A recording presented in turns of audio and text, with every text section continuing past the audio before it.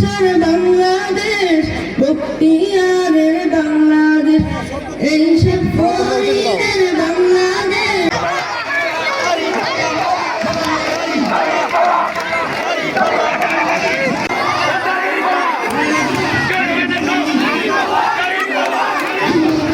নির্বাচন একটি আমানত, আর আপনারা বাংলাদেশ জামাত ইসলামের আদর্শে উদ্বুদ্ধ হয়ে তারা বাংলাদেশ জামাত যোগদান করতেছেন, যে বরণ করেছি।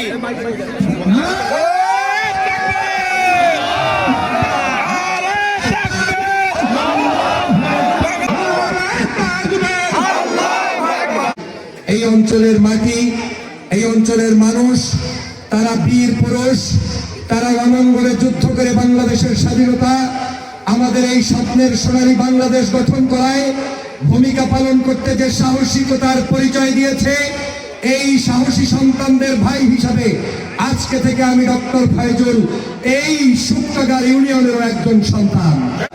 আমাদের এই অঞ্চলকে উন্নয়নের রূপকার হিসাবে বাংলাদেশ জামাত ইসলামের আমির ডাক্তার শফিকুর রহমান যেভাবে সারা বাংলাদেশের রোড ম্যাপ করছেন, তেমনি ভাবে আমাদেরকে এই অঞ্চলের রোড ম্যাপ করে আমাদেরকে এটাকে এমন একটা জায়গায় পরিণত করতে হবে যাতে করে আমাদের যে ভাইয়েরা বক্তব্য দিয়ে প্রমাণ করতে চেয়েছেন যে অঞ্চলটি অনুন্নত, মূলত আমি মনে করি এই অঞ্চলের মানুষ উন্নত, এই অঞ্চলের মানুষ সাহসী, এই অঞ্চলের মানুষ বীর, এই অঞ্চলের মানুষ সৎ।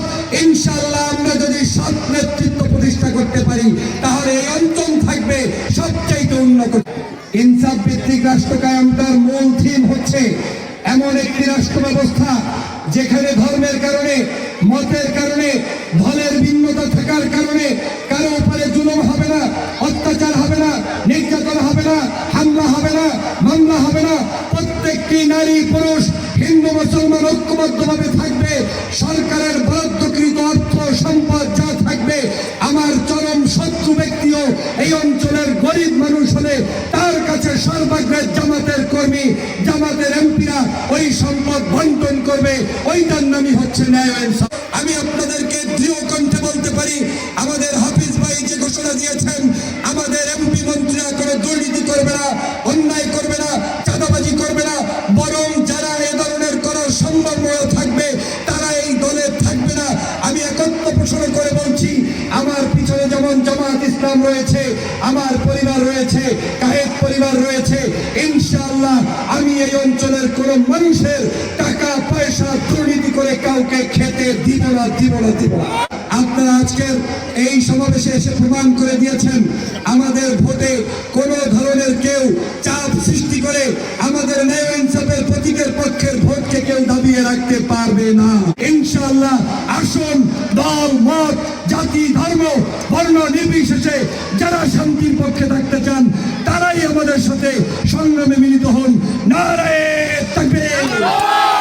জামাত ইসলামী ক্ষমতায় গেলে পরের দিন চাঁদাবাজদের হাত অবশ হয়ে যাবে, মব বলতে কিছু থাকবে না, সন্ত্রাস বলতে কিছু থাকবে না। ব্যারিস্টার শাহজাহানুর, ওনার কাজের ব্যাপারে প্রশ্ন থাকতে পারে, দল পরিবর্তনকে আমরা পছন্দ করতে পারি, কিন্তু উনি একজন বীর মুক্তিযোদ্ধা, রাজাপুরের একজন সম্মানিত ব্যক্তি। অন্যায় করলে তার বিচার হবে, কিন্তু তার গাড়ির উপরে আক্রমণ করে, হামলা করে, অপদস্থ করা এটা আমরা পছন্দ করি না। অপরাধীর বিচার হবে, আইনে বিচার হবে, আদালতে বিচার হবে, কিন্তু কোন মত এই আর চলবে না। বাংলাদেশ জামাত ইসলামী ক্ষমতা আসতে পারে, কোন পার্সেন্টেজ চলবে না। হিন্দু মায়ের বিলাস করে নিয়েছে এই হায়নারা, এরা কোনো মায়ের সন্তান হতে পারে না। এই জাতীয় হায়নাদেরকে বাংলাদেশের মানুষ যদি ভোট দিয়ে নির্বাচিত করে, মানুষের অধিকারী না শুধু, তারা মুখের খাবার কেড়ে নেবে। পেটে অনেক ক্ষুধা, এই ধরনের ক্ষুধার্ত হায়নাদেরকে আগামী 12 তারিখে ব্যালটের মাধ্যমে প্রত্যাখ্যান করতে হবে। আগামী ভোট আমরা নিজ হাতে দেব ইনশাআল্লাহ। তাতে যদি আমাদের হাতির মতো প্রাণ যায়, আমরা প্রাণ দিতে পারি। আপনাদের সাহসের সহিত আপনারা 12 তারিখ ভোট কেন্দ্রে থাকবেন। আমাদের নিরাপত্তা ব্যবস্থা, আমাদের প্রশাসন এবার অনেক শক্তিশালী। আমরা গত 3টা নির্বাচনের মতো কারচুপি মার্কা নির্বাচন এবার হতে দেবো না ইনশাআল্লাহ। জামাতে আনুষ্ঠানিকভাবে যোগদান করেছি।